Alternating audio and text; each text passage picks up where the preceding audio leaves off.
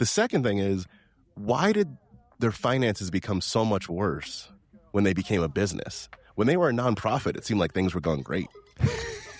I'm sorry. Laughter's the right medicine there.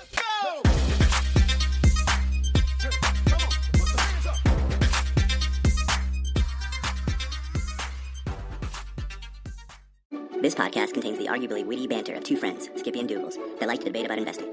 The content is intended to be entertaining and for informational purposes only, not investment advice. You should do your own research and consult a financial professional before using any of the information in this podcast, and especially before investing. Skippy and Doogles talk investing. Thank you for tuning in to another exciting episode. On this episode, Doogles basically says, like, I'm done. I'm just done with it all. I read all this news. I research all this stuff, and what the heck are we doing? That is the theme of today's episode. That's what the market is saying right now as well. Yeah, what are we doing? We're going to talk some red stock stuff. We're going to probably talk about the job market. There's this Tim Ferriss piece we're going to touch on.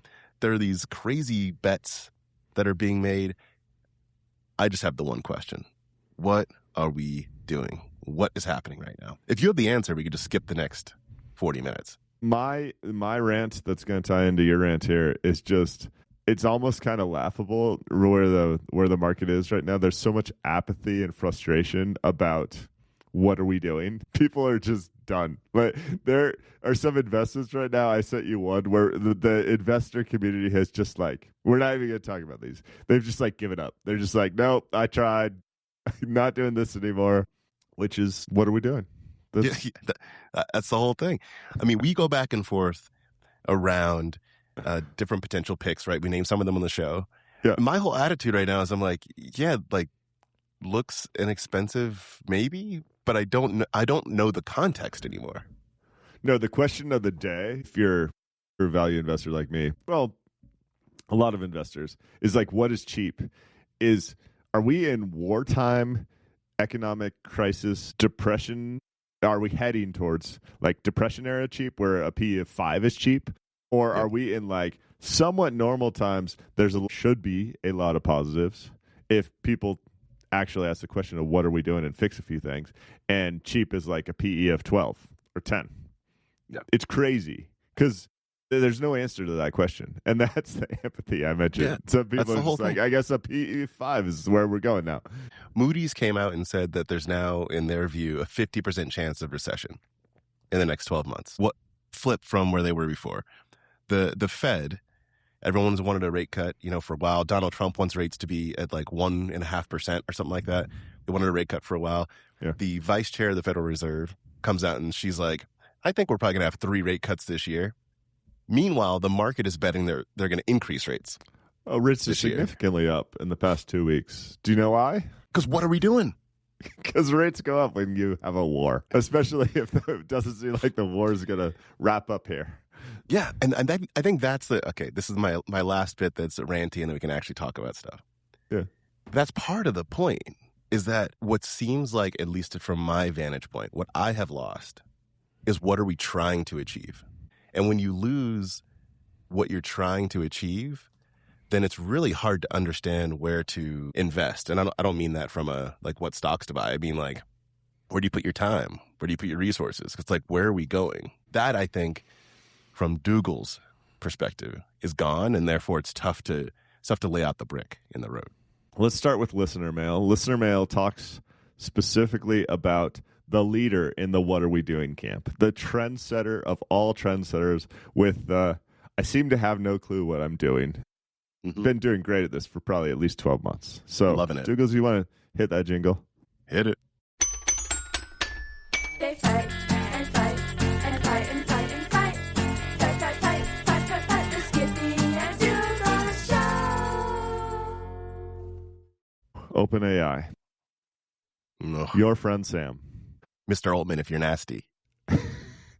OpenAI needs more money. We've covered this in depth on the show over many months. Mm-hmm. Because OpenAI is the only company on earth that came out and said, we're going to spend $25 trillion in the next 5 years. Only slightly exaggerating. It might as well be that amount. You don't plan to make money until 2030. It might be 2029. It's a long ways away. Compare that to Anthropic, which expects to make money soon, or Google, which has another business that prints them tons of money so they can self-finance. Yep. Okay? Yep. It's a different situation. Apparently, they came out this week looking to raise more money and said, we will guarantee private equity firms a minimum return of 17.5% on this new capital we raise. Can you just translate for someone who's maybe not sophisticated in investing in finance what that actually means? What it means to guarantee 17.5% or to get 17.5%? Yes, to guarantee. But feel free to talk about both sides. You mean from a cost of capital perspective?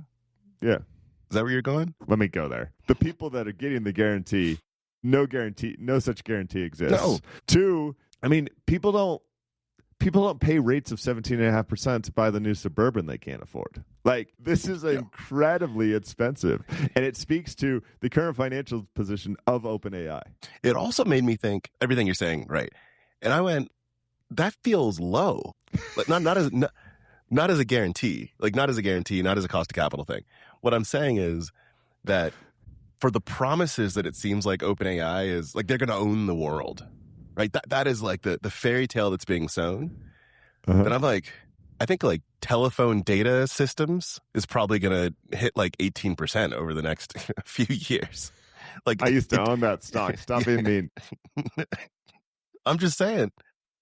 It's like Torm PLC in England has like an 18% dividend. Like, give me something that like it feels desperate. That is the point that I'm getting to. It's like if that's what, first of all, you shouldn't be guaranteeing me anything. But if you're guaranteeing me that, I'm like, okay, well that's uninteresting. Sorry, continue down your. No, that's it. This actually is pretty simple. In order for someone to give you money, you have to be like, I'll pay you more money than a credit card company, or in par. It means you're living in a land where your investors see that investment as very risky because they are demanding very strong returns. It tells you all you need to know. I don't even know. It's so funny because OpenAI has 900 million monthly active users, I think. The number is something like that. I mean, by so many accounts, this is a generational company, a very successful company. I just feel like they messed up the finance side as bad as you can mess up the finance side. Exactly. And I don't know if it's salvageable. It probably still is because someone else will buy it on the come down and take the brand and the compute power. And Microsoft already owns a ton of it. Pretty much everyone owns a ton of it already because they've already raised so much. Two things. I'm going to repeat what I said before, but I'm going to say it, I think, in a better way.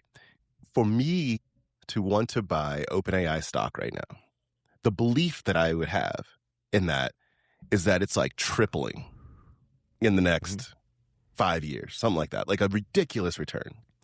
And so therefore, to have to guarantee 18%, which is like low compared to what I was just saying, I'm like, that combination means something is real bad. The second thing is, why did their finances become so much worse when they became a business? When they were a nonprofit, it seemed like things were going great. I'm sorry. Laughter's the right medicine there. I don't. Yeah, it's quite strange. I really respect Wes Gray from Alpha Architect. I'm gonna quote him on Twitter regarding this news. He has a reply that says, "This seems like the best indicator that OpenAI is going bankrupt." I think he's being slightly hyperbolic there. The cost of capital for other AI ops seems way lower. What he's referring to is, doesn't Google have a big Gemini commercial planned during March Madness right now that effectively you take pictures of the soccer schedules or whatever, it automatically adds it to your calendar? And if I remember correctly, there's some sentence in there that's like, and this is free. It says something about ChatGPT, and then it's like, and this is free. Of course it's free. Google doesn't need it. Google has plenty of money to pay for that right now. ChatGPT does not. Anthropic, I think their strategy has just been brilliant to go after businesses and APIs and automate work is incredible. And then to tie it all together, all the cool stuff I vibe coded 3 months ago that were effectively like executive assistant type resource tools, like Zoom built that into their product and they give me a checklist. Like, everyone else has stuff that I already pay for that adds value. I'm not the market here. I no longer use Chat GPT. Like, it moves screens on my phone to the way back because it just doesn't do it for me. It's definitely not worth paying for. Well, no, that's extreme. But in my workflow, it doesn't fit in anymore. And that's crazy thinking about where it was 12 months ago. The other ones have been giving you, there's use cases. Yeah. Like specific use cases. And that's one of the things we'll get to that rant probably a little bit later. And also on the it's free, what Google's saying is give me more of your data. This time, give me your analog data, and we'll give you something for free. Free implies I'm not giving you anything. Now you know my kids' soccer schedules. Now you know what flowers I got on the table. They no, they didn't. It was already on their calendar anyway. No, they don't have it because I don't even know. I didn't know when the soccer schedule was. Anyway, no, I know. I'm joking. We appreciate the listener mail for sure. Other listeners can send listener mail our way, skippydoogles@gmail.com.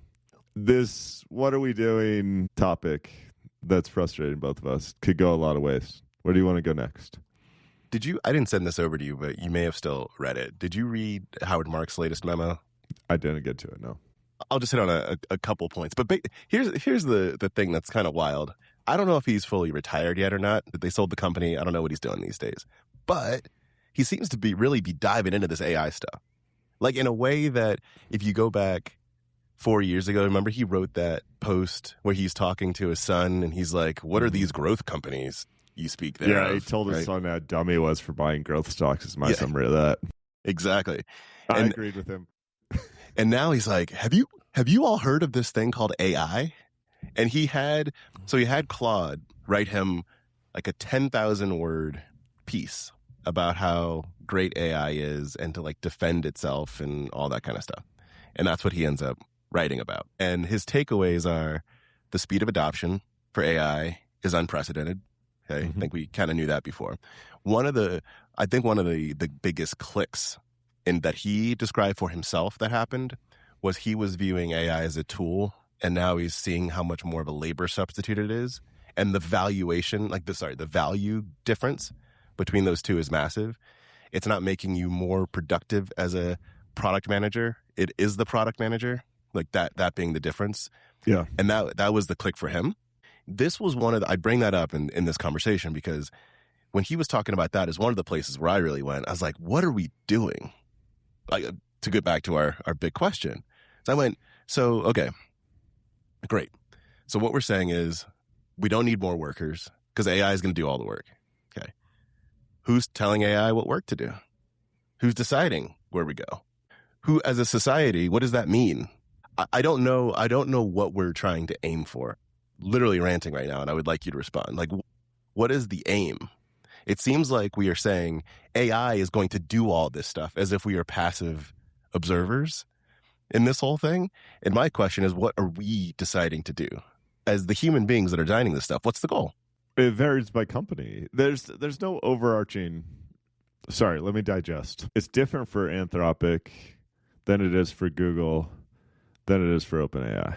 I don't think there's this North Star of where AI is taking us. Am I misunderstanding? You can keep going. I think there's like a societal layer. You could also say by individual company, as an individual. I'm asking all of those questions, so there's no wrong perspective.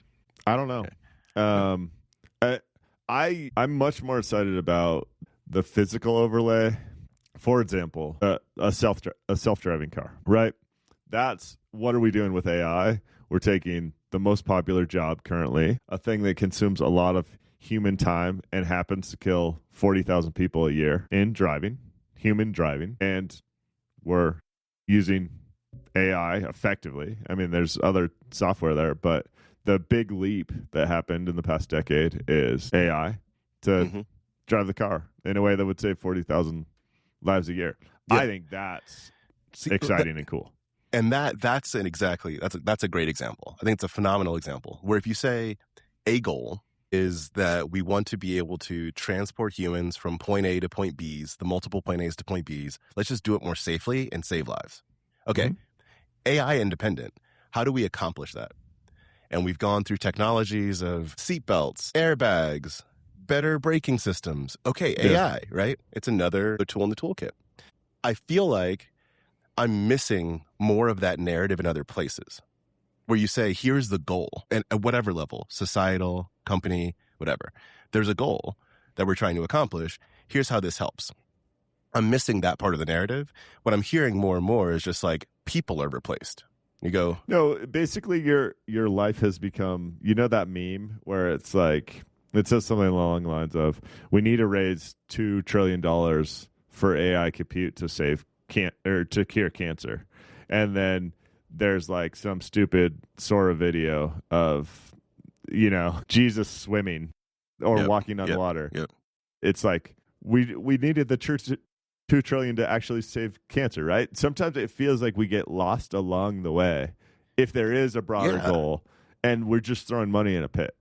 That's it. And it's this is all rant, so thank you for putting up with it. But yeah, I think that's exactly right. I was talking to somebody recently, and I'm using this as a micro example for something that people have heard more broadly. This is not something novel. But I was talking to someone, and they were looking for advice and guidance because at their organization, what they were given top down was figure out how to use AI to do job better. Basically, be AI first. And they're like, where do I even start? That's so different than here's a goal we're trying to achieve. What's the best way for you to achieve it? Because they're like, now I have to force a tool in that may or may not be good, but like the directive is go do AI. The directive is not solve a certain problem. And that's where it feels like we're getting lost. Let's take the PM example again, because you can say, okay, you are a product manager today. That's your job title. That may not be your job title in a year. Doesn't matter. What your job is to figure out how do people come through and use our system to accomplish whatever the goals are that your users are trying to accomplish, and you try and help them to do it more effectively for both for them and for the company, right? That's your job, just to put it simply. How do you do that better in this new environment? Yes. Right? But that just doesn't seem, I'm not saying that people aren't asking folks that on the micro level, but that is at the high level doesn't seem to be. No, you're right. At least if you trust the headlines. I mean, PwC and Deloitte and everyone else in the past 3 months there's been some article in the Wall Street Journal with some leader of the company saying, if you don't do AI well, you won't have a job here. Yeah. But who's actually saying this more correctly is Jamie Dimon. I don't know if you saw this week. He was caught in an interview where he was still getting pushback about demanding that people come to the office 5 days a week. Yep. And his answer, this is one of my favorite things he said in a long time. He said, our company exists to make our customers happy, not to make our employees happy. Whether you agree with that or not is a whole different thing. And he said various versions of like, if you don't like it, go work somewhere else for the past 36 months. What I love about it is it's crystal clear. It's like the goal is to keep our customers happy. Yep.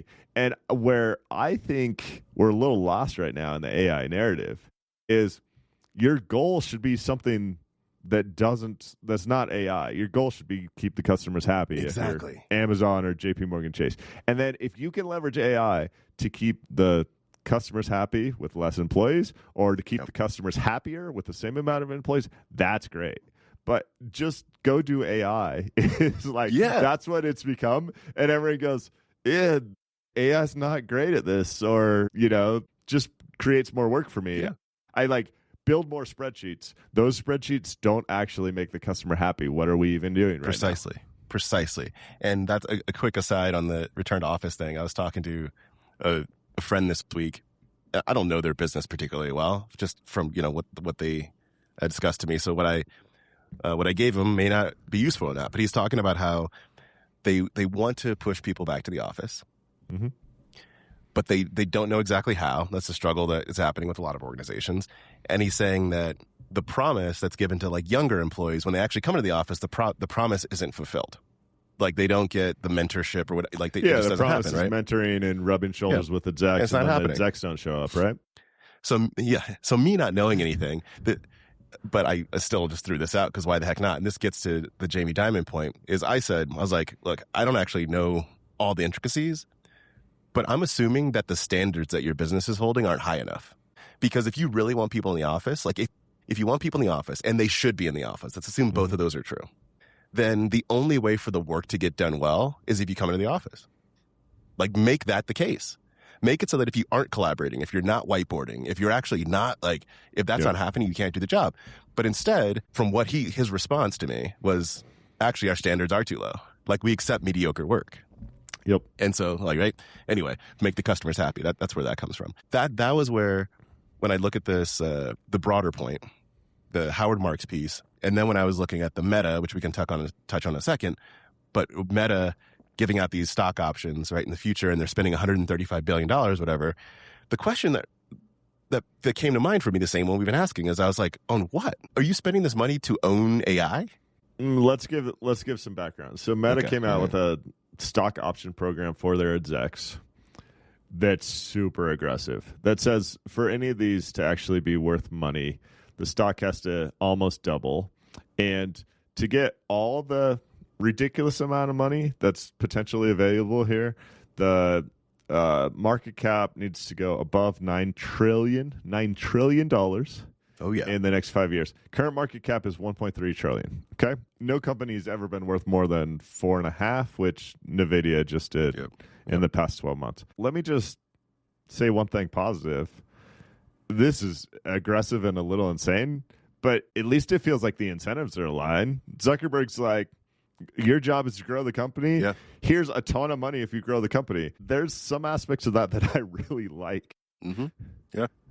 And if you don't grow the company, you get not nothing, but you don't get these just massive paydays. It's cool. What the incentive causes, what it potentially causes, is what the answer to the question I'm asking. Because in order for them to grow the business that much, you have to have a so what. We're not spending $135 billion to own AI. Well, are you saying effectively this? Sorry for the mini detour, but if someone comes to me tomorrow and says, hey, Skippy, if you make a $10 million business in the next year, I'll give you $10 million. And I go, awesome. So I go borrow $20 million, buy some product, buy $20 million worth of products, sell them for half price. Top line revenue is $10 million. And I go, here you go.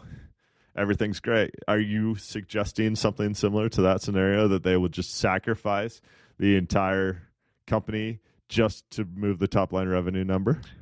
I'm saying that the aggressiveness of it might be such that they can't do that. Like with RSUs, they might be able to do what you just described, because there's if you set a goal that was difficult but realistic, they might be able to do that. But a goal where you have to grow the value of the company by 7x or whatever it is, over 5 years, I think that the question I was asking I might be getting the number wrong, although I said it over and over again, the $135 billion, like the amount that they're spending on investing. That is their AI infrastructure number as I see it, yes. Yeah. So there's one take where you could be like, all right, we're spending this amount of money and get an ROI on it.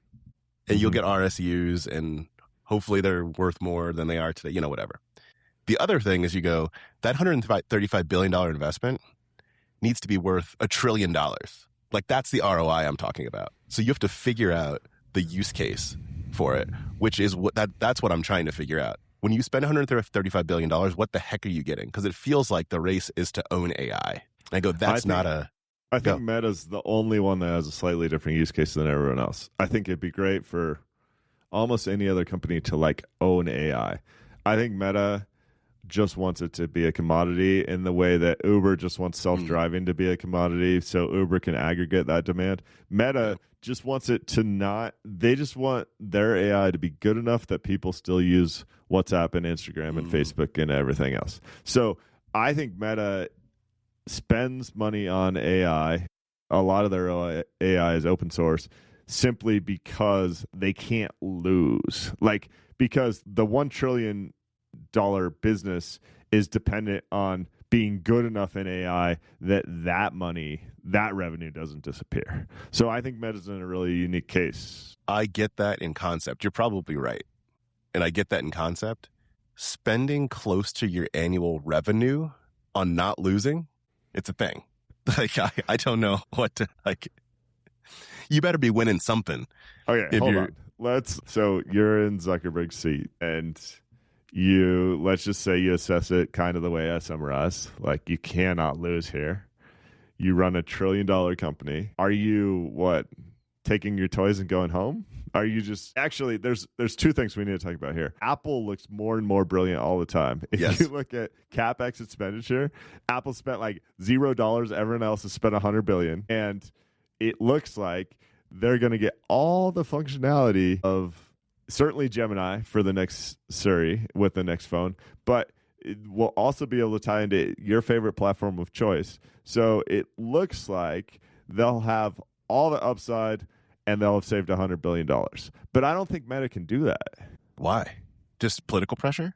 I mean, OpenAI tried this with didn't they try some social media platform that was just the randomly generated Sora videos effectively to try? Like, I think Sora. It was the Sora app, yeah. Yeah, I think they're worried that if they don't, again, if their AI is not competent enough, that people could build something that would actually compete with them. Where right now, there's no one that can compete with 3 billion daily active users. It's just impossible. So you have to believe, and this is just for everyone else. When Skippy was saying, so you're sitting in Zuckerberg's seat, it's the right question, because it's so much easier to talk about this stuff when you're not sitting in the hot seat, literally in Congress, being told, like getting fined. Like it's just a hard situation. So I'm in a privileged position. The thing is, if you're going to spend, let's just call it $135 billion a year. Okay, let's just say that lasts for a few years. And you're worried about other people being able to beat you. You have to be worried to the tune of something that you could not purchase for $400 billion, which is basically like, what, the 6th largest company in the country at this point? It's a lot of money. The absolute dollar value is so high. But hold on. So high. Here's the thing where I wish I had the inside info on Anthropic, because I would think they have to have turned down acquisition offers of more than $400 billion from Apple, Microsoft, Meta, and who knows who else in the past 12 months. I cannot imagine that those offers haven't been sent their way. I think that's the concern. As we talked about before, I don't want to buy OpenAI right now. Yeah. I think it's burning money. But they've made other acquisitions. Like they spent $2 billion on Manus, I think. $2 billion? Come on. What is this? Child's play? I need to go do some corporate anthropology right quick. Little historical trail. And because I'm curious, if you look through, and there's only been a couple times in history, and the data may not be there, but I'm still gonna take a look. If you look at historical circumstances like this, who ended up coming out the other side? Were any of the players that built the pipes, that spent all the money on the pipes, did any of them come out the other side? Yeah, it's typically like 1 out of 20. 50 different independent companies built the railroads, and 48 of them went bankrupt and sold off their parts to the 1 or 2 that survived. I want to go back and take a deeper look at things like that to say, like, what are the attributes?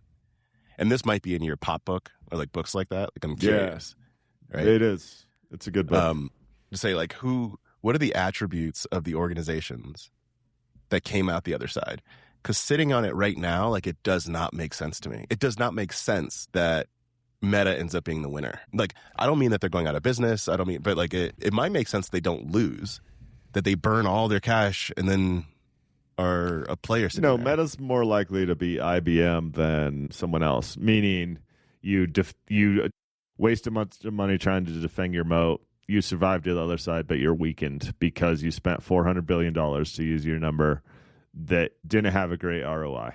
And bad news, Lou Gerstner has passed away, so he can't come save the company. And Meta has already used their McKinsey play in Sheryl Sandberg. So I don't know who's going to come save the company on their side. All right. Now we're going to the fun part of the show. We're going to talk a little bit about sports and finance, my favorite topic. Oh. Everyone their ears just perked up, Doogles. They're so excited for this. And then we're going to wrap with Tim Ferriss saying that self-help books are a trap. Someone should tell him about the books he wrote and like the podcast and stuff, but I don't know. Maybe he knows. Do you think he knows? He knows. Okay, he knows. All right. And since it's ranting day, I have a rant. There's a 17-minute video from More Perfect Union that was really well done about private equity's entry into the professional sporting landscape, specifically about the Boston Red Sox And their ownership group called Fenway Sports Ventures or something. We'll just call it Fenway Sports Entertainment, I believe it is. Yep. Okay. So here's my rant. More Perfect Union, I don't know what type of newspaper or media outlet this is. I think some people think it's like crazy political on one side or the other. I'm so sick of that mattering. I saw something and I thought they did good journalism. I don't know if this is crazy right-wing or left-wing or whatever, so take it for what it is. That's my rant. I hate that you have to worry about that when you consume media these days. Fair, Skippy. Moral of the story is this guy's a Red Sox fan. He's been a Red Sox fan his entire life. And he has watched the team be incredibly successful since the year 2000, pretty much, right? Yep. One of the more successful professional franchises in that time period. And then something in the past 5 years has completely changed. And it completely changed with their willingness to sign the most expensive talent that will allow them to compete for and win world championships. And you do some digging, realize that in about that same time frame, they took on private equity investments from, one is Redbird Sports Group, and I forget the other name, but 2 venture capital firms wrote them checks for more than $500 million. Okay. In a similar time period, the ownership group got a lot more ambitious about owning several sports franchises and growing the Fenway Sports Entertainment Group rather than just being focused on the passionate fans in Boston. Yep. So John Henry, the owner, sorry, this is probably way too much detail, but it kind of all ties in. He saw what happened when the Red Sox won their first World Series title, and they hadn't won a World Series in 100+ years, and how much value that created because the passionate fans became even more passionate. He realized there was this soccer club across the pond called Liverpool that had somewhat of a similar history. He bought Liverpool. He managed to help Liverpool win a title. There it is. And collected some checks. Now the way this group is run is much more about the dollars and cents of the operating profit, the yearly operating profit of their multiple sports franchise than it is about what I'd call the Al Davis way of running a franchise or the Jerry Jones way. It's all passionate. Sometimes you make incredibly stupid things because your goal, like your well-being, is tied to if you can win, if you can beat your arch rival, right? Yep. So the moral of the story with this piece of reporting is Fenway Sports Group appears to be run exactly like AT&T or name some other boring business, right? And at the expense of the fans. The thing that matters most is the profit you make at year end. The way you make profit is you raise prices and pay players less effectively.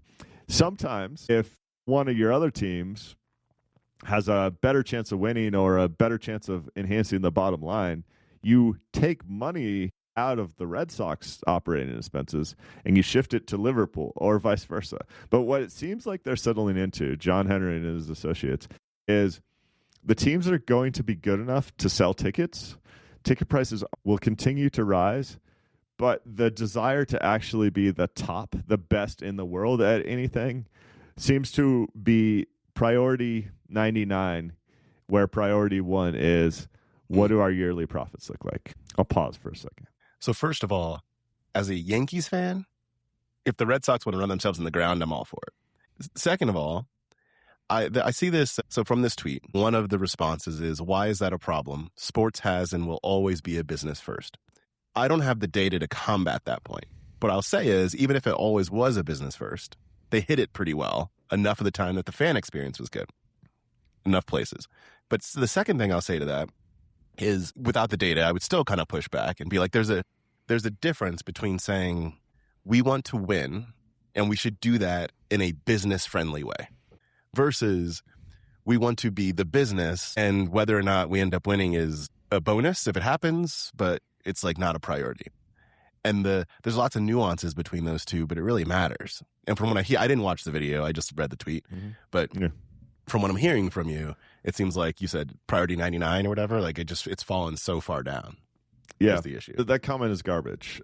Sports, like in the 70s in the NBA, they're still taking bus trips everywhere. Half the teams aren't even making money. It was showing up and competing. The NBA today is much less about that because there's too many games. Everybody's buddy-buddy with everyone else. I mean, you talk about the Pistons and Bulls in the late 90s, early 90s, like literally wanted to kill each other.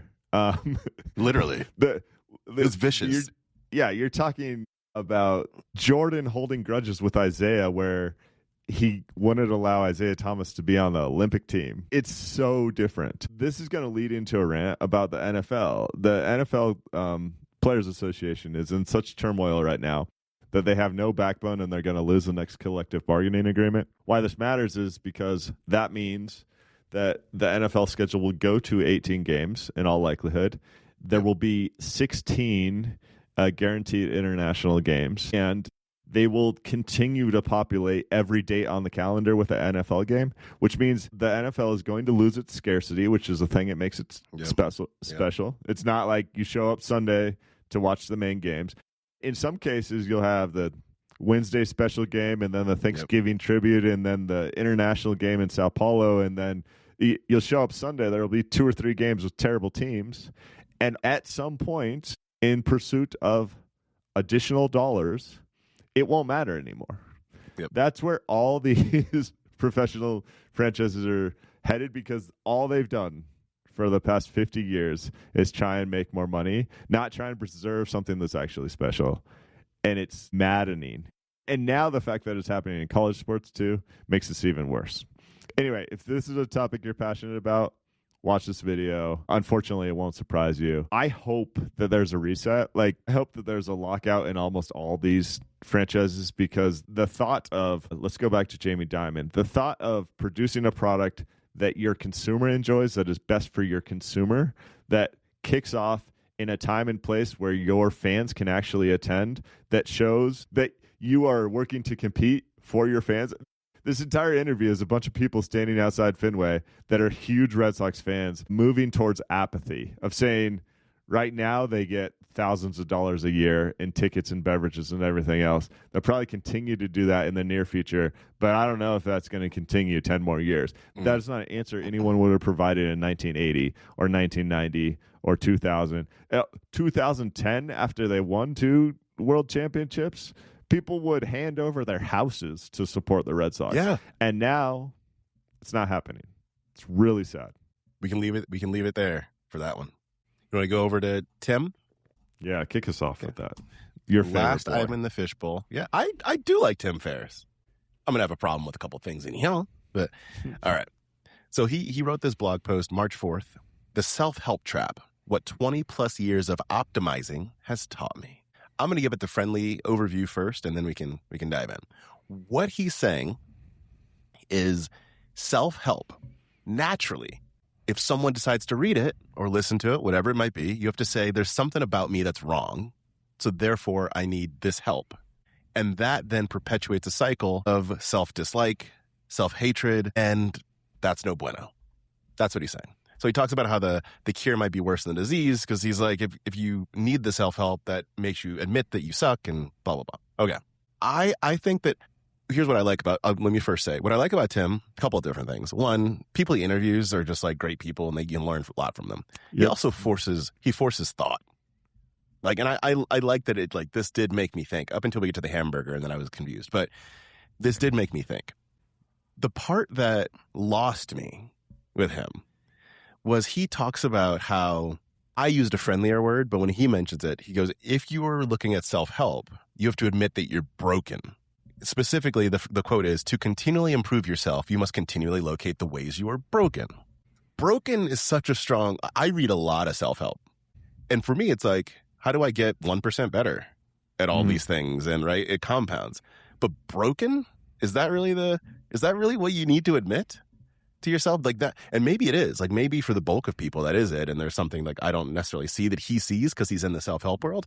But that was where I went oh, well, you kind of lost me with that argument. Then he talks about how to be obsessed in self-help, and I was like, why do you have to be obsessed? Can't we just not be broken and not be obsessed? Just try and get a little bit, can we just try and get dabble a little bit better? those were the points that like really got to me, where I was like, why does it have to be so aggressive? Now, he is an aggressive person. Like when he does something, he does it to the extreme. So I get that. It's like, why does it have to be so aggressive? He's an aggressive person. That's all there is to it.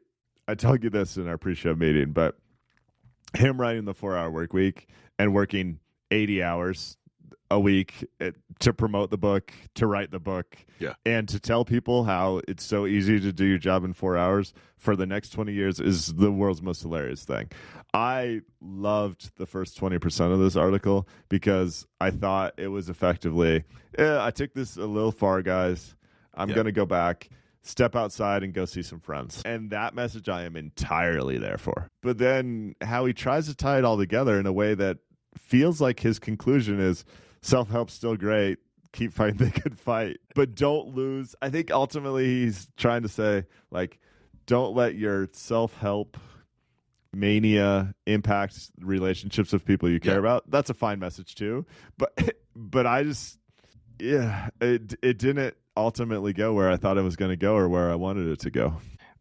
Let's talk about the 3 tectonic plates of self-help that he throws out here, because it gets to the relationship point. So the first, he says, is intention. First is intention.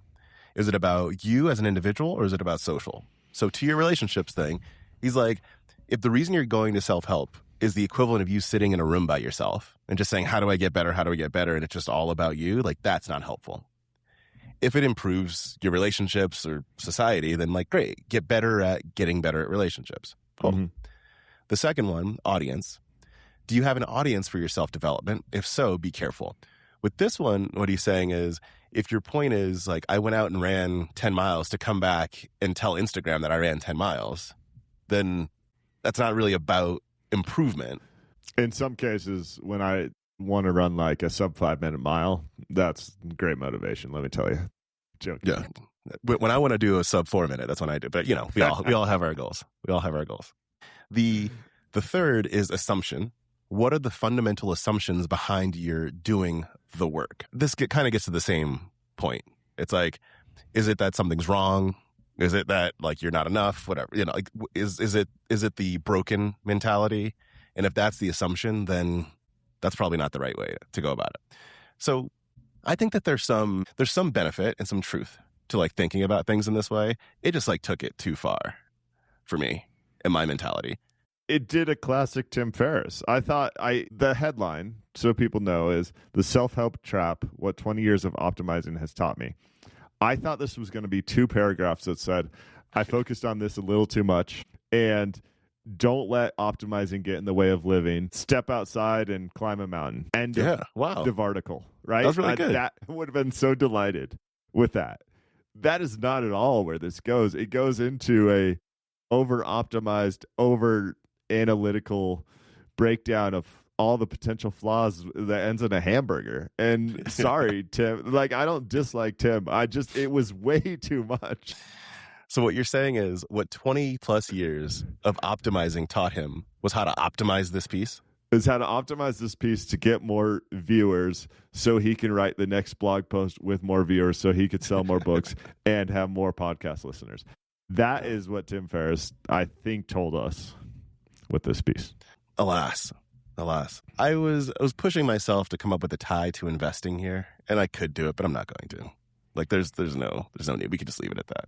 I mean, my tie to investing is sometimes you can just beat a dead horse. I sent you a stock pick I want you to research this week. That is a very complex story, and there's 1,000 ways it seems like it could fail. There's a few ways it seems like it could concede. Sometimes, though, you buy a stock because it's at a PE of 5 and has a 40-year operating history and 99% customer retention, and all the other minutia like comes out in the wash, where you could over optimize your approach. When for me, a lot of times it's like, no, it's super cheap. The probabilistic outcomes are in my favor. There appears to be a margin of safety. Buy the thing, and again, go outside, go climb a mountain, and be done with it. On the beating a dead horse piece, to relate to that, I'm going to bring up Tom Brady, which I seem to talk about once a quarter on this, because that is the argument that I bring for Tom. I don't know if Tom Brady is the best quarterback of all time or anything. I actually don't really care. Mm-hmm. But the argument that I bring forth about him is this. Over a couple decades, the guy won many Super Bowls, set a lot of records, etc. And people will bring arguments that are logical and valid. Like the division made it so easy for them to get to the playoffs, and so they effectively just had to win a couple games to get the Super Bowl ring. Or it was really about the coach. It was about the talent. He had so many weapons. How could you not win with that team? How could you not set records with that team? Any quarterback could do it. And my point goes, yeah, but he did it. It doesn't, you can say all those things, but I can make argument that the reason he had that much talent is because he was able to attract talent around him, because he was willing to take a lower salary than other quarterbacks. He actually had salary that was left over to pay people, because his fitness regimen allowed him to go for, there's lots of things you could say, but you drop all the minutia and just go over 2 decades, someone doing this, that's pretty great. It's similar with the companies. When you go, to your point, you could operate for this long and maintain your dividend and have profit ratio. All the rest of it, you just go, if multiple management teams are able to come in and do that, there's just something fundamental. You go, yeah, that's pretty solid. Was that all just pandering to our Boston crowd after we talked about it? Really was. It really was. Yeah, I know. Excellent. Did I do okay? Nice work. Yeah, you did great. Okay. All right. That's it. Thanks for hanging out with us today. If you like supporting the show, it's so funny. One of the stock picks we talked about last week had some merger acquisition rumors this week. They did. If you want to get that a day earlier, that's hilarious, because that's not how we invest on the show. But I don't have a better teaser than that. You can support the show and get the shows on Sundays instead of Mondays at supercast.skippydoogles.com. Thank you. We're out.